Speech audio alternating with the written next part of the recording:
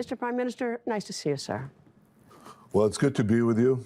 These are trying times, and I appreciate the fact that you took the time to come here, because we need to have Israel's story and the story of truth come out to the world.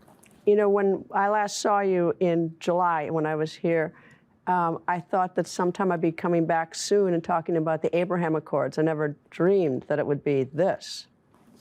It's connected, because we can achieve the expansion of the Abraham Accords, the historic peace arrangement, peace deals that Israel made with 4 Arab countries.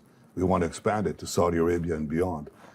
But we're facing here the axis of terror of Iran, Hezbollah, Hamas, the Houthis in Yemen, and the forces of civilization and modernity are facing the forces of barbarism and medievalism. And the question is, who wins? I think this test will decide if we can expand the Abraham Accords to greater heights, and I'm confident that we will win and do exactly that. I don't understand why Hamas is agreeing to a pause. I don't see if there's anything in it for them. They released 50 hostages for 150 Palestinians, but even after that's over, and even after all the hostages return, you're going to eliminate them. So why would they agree to this? Because they're under tremendous pressure.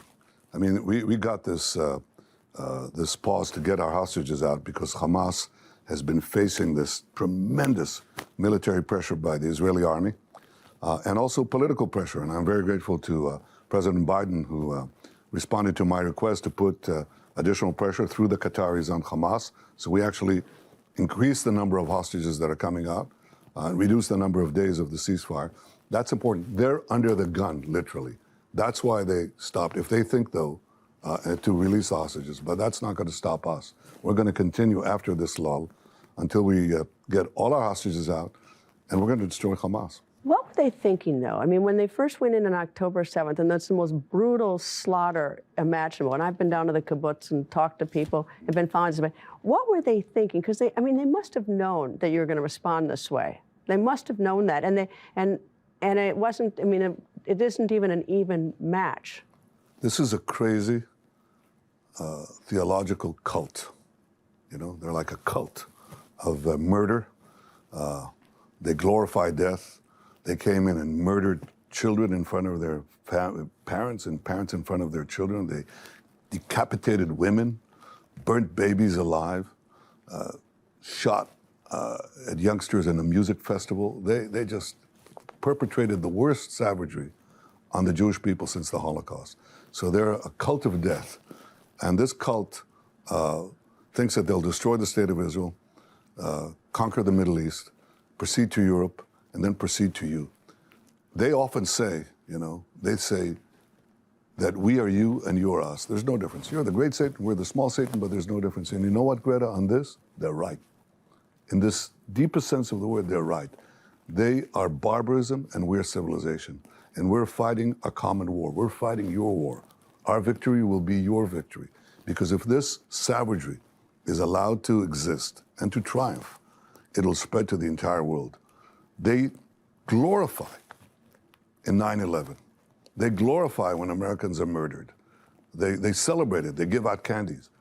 They see this as part of this larger battle for the future. And where's the future going? To a future of hope, of freedom, or to a future of darkness and enslavement and death? This is the war that every American should support. And just imagine what would happen. We suffered proportionally 20 9/11s. 20. It's like 50,000 Americans slaughtered in one day. 10,000 Americans held hostage, including a 10-month-old baby. A baby hasn't even walked, hasn't started to talk. He's held hostage. What kind of people hold a 10-month-old baby hostage? Monsters. We have to destroy this monstrosity for our common future. Well, will that include, because I know the Qataris helped negotiate this pause, and one of the leaders of Hamas, Haniyeh, who celebrated October 7th, and I've seen video of him celebrating. Does this include you're going to eliminate him? As far as we're concerned, any Hamas operative, any Hamas chief doesn't deserve to walk on the face of the earth. In terms of the hostages, are you certain that, I mean, Hamas is now saying, or at least I've read, that they may only have 50 or something. Somebody else may have the other ones. I mean, do they have all 250, give or take a few? We are working to get all our hostages out. We think that there is a possibility of getting more than 50 on this effort, but I don't want to give out more information. We said that if they bring more, they'll receive additional days of a lull. But I want to make sure that everybody understands we're committed to fighting this war to the end, because Hamas has said officially that they'll do it again and again and again. What's in their charter? I mean, their charter says, the Hamas Charter is, kill Jews, destroy Israel, and not to negotiate. I mean, that's what their charter says. So that's why, we don't have an option. We're not negotiating with a negotiating Well, they have no intention of doing that. Well, they have every intention of destroying us, and they have every intention of being part of the Iranian axis that is out to get us and out to get you and out to enslave the entire Middle East. These people have to be defeated. So we will defeat them. But in the process, if we can get our hostages out, as we're trying now, then of course we'll do that. Iran it funds a lot of this, whether it's Hezbollah in the north or whether it's Hamas or any other militants and terrorists. What did the unfreezing of those sanctions have any impact on it? Did this in any way fund it or contribute it? I mean, looking at the U.S. policy vis-a-vis Iran.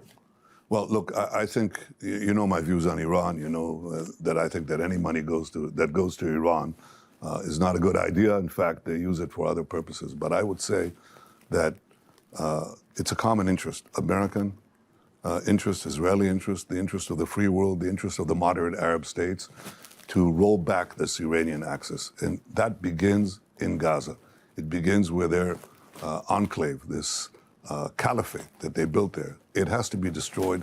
And when we achieve that victory, that's a victory of the forces of peace, the forces that are united, the forces of civilization against the forces of barbarism. It's part of that larger battle, and we have to win that battle.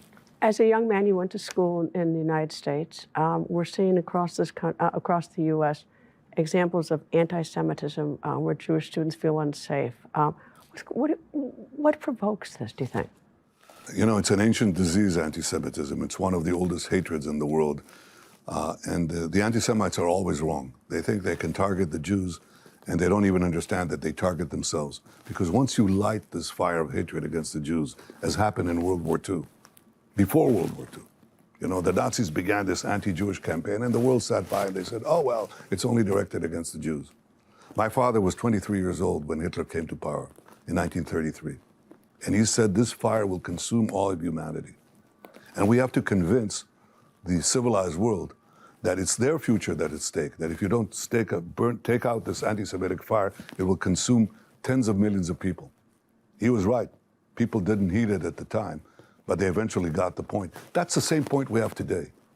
When people are supporting these anti-Semitic chants, basically calling for genocide, calling for the destruction of Israel, and thinking that these monsters will leave them alone, they're wrong.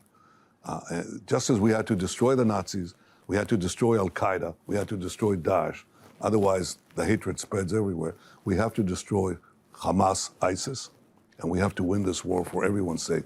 So those who support anti-Semitism learn nothing from history. And they're siding with evil, pure evil that will consume them too. Well, I think the American people, overwhelming majority, support Israel. I mean, and when you look at Congress, there are, one or two that are a problem. You've got former President Trump, who was a strong supporter. President Biden has been a strong supporter. So, the U.S., recognizes, the importance to Israel and is with Israel in this. I think so, and I don't think so. I see that. I see that the American people overwhelmingly support Israel because they recognize the fact that we're part and parcel of that same civilizational fight. And yes, we enjoy broad bipartisan support.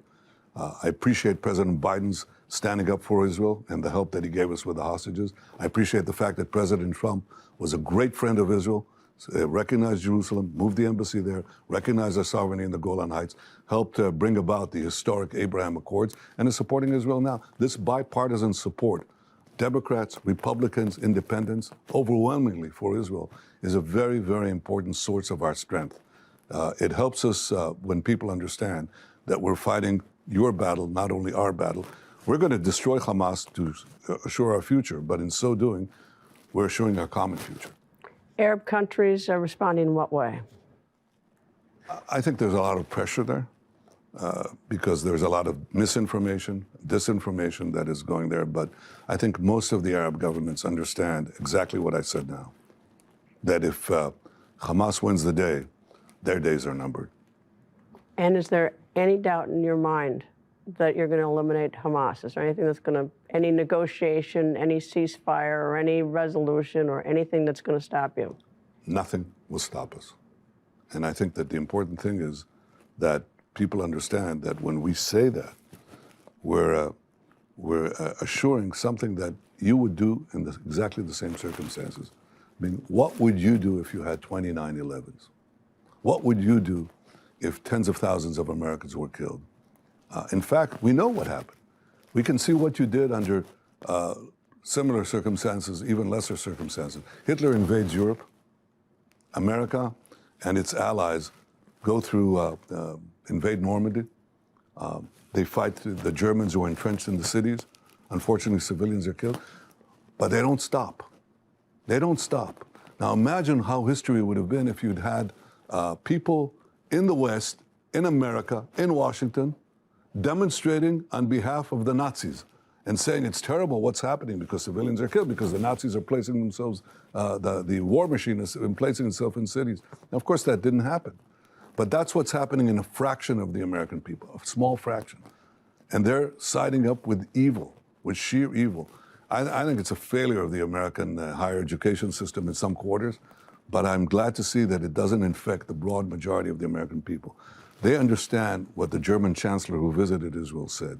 These are the new Nazis. And just as we had to unite to defeat the original Nazis, just as we had to unite to defeat ISIS, to defeat Al-Qaeda, we have to unite to defeat Hamas. Mr. Prime Minister, thank you, sir. Thank you. And good luck, sir. Thank you.